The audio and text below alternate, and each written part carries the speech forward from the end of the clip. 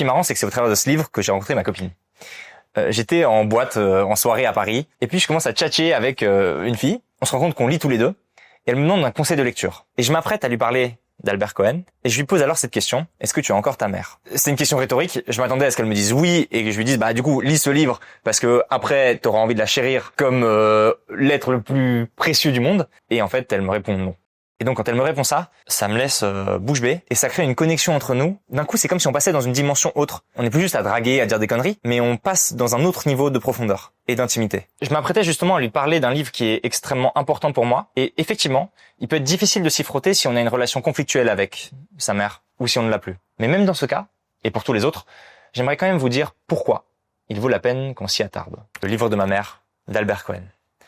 Ce livre, c'est le premier livre qui m'a fait pleurer. C'est même l'un des seuls livres que j'ai relus. Alors d'abord, c'est quoi ce livre? Depuis que je l'ai lu, je regarde plus ma mère de la même manière, parce que il a ça d'exceptionnel, qu'il remet du plomb dans la tête à nous tous, imbéciles que nous sommes, qui prenons pour acquise cette vérité pourtant simple, évidente, jusqu'à la perdre, que une mère, on n'en a qu'une, et bon sang, c'est la seule personne qui prie pour quitter ce monde avant nous. C'est la phrase qui m'a le plus marqué. Aucun fils ne sait vraiment que sa mère mourra. Et tous les fils se fâchent et s'impatientent contre leur mère. Les fous sitôt punis. Je trouve cette formule incroyable. Les fous sitôt punis. En fait, on est là, on se rend pas compte de ce caractère si précieux, si unique, littéralement. Et un jour, la mère, elle est 6 pieds sous terre. Et on se retrouve avec une chaise vide. Son enfance disparue. Bref, vous l'aurez compris, le livre de ma mère est exceptionnel.